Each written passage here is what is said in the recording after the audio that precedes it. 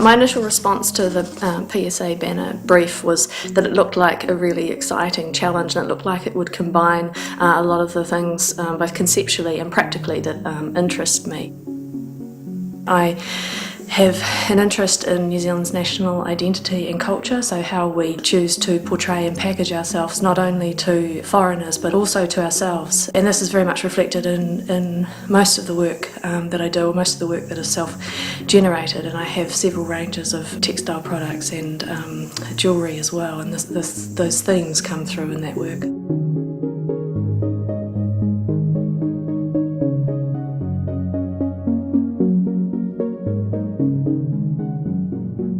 In the historical banners that I looked at, what I found particularly interesting as a pattern designer was a lot of the ornate detail and the sense of sort of trusted tradition that came through with the use of crest-like shapes and motifs, and I was really interested in using that to reference the past and create that sort of sense of trust and history.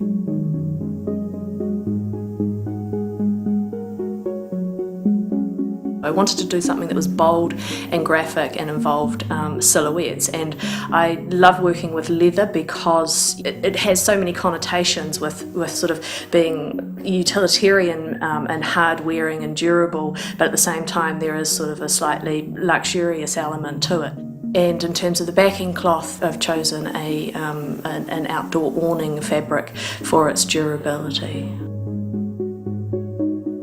As I considered what imagery I would use, there were a couple of things that I really wanted to include, and one of them was that I did want to contextualise it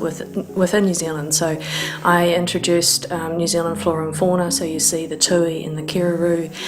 as well as pahutakawa leaves, kowhai and karaka berries, to name a few. And I also wanted to capture a sense of traditional occupations as well as more contemporary ones that the PSA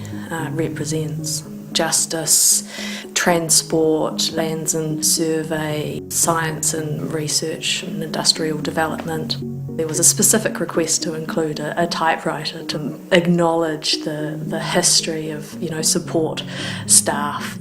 I also put in some familiar everyday things that have become part of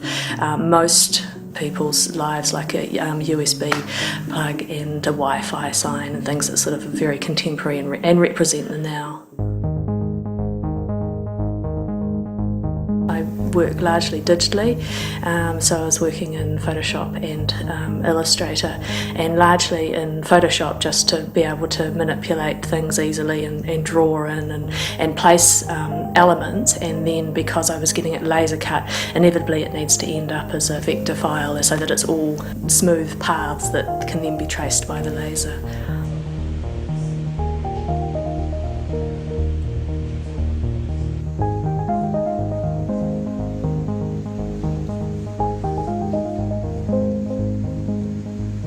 With the laser cutting of the leather, before they laser cut it, they apply application tape, which is just like giant masking tape, and that's got a couple of purposes. From their end, the purpose is that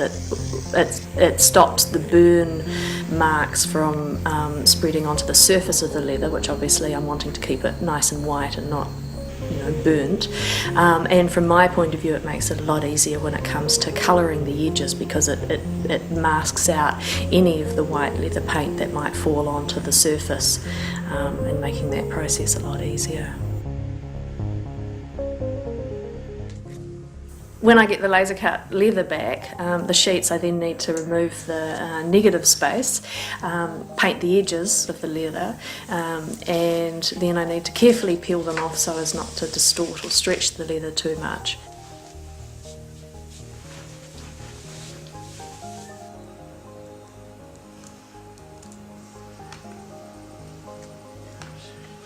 After the laser cut leather motifs have been prepared, they then need to be located in the right position on the backing cloth, and to do this I have projected the design onto the piece of canvas that is pinned up on the wall and traced around it in dressmaking chalk that can be erased or brushed off afterwards.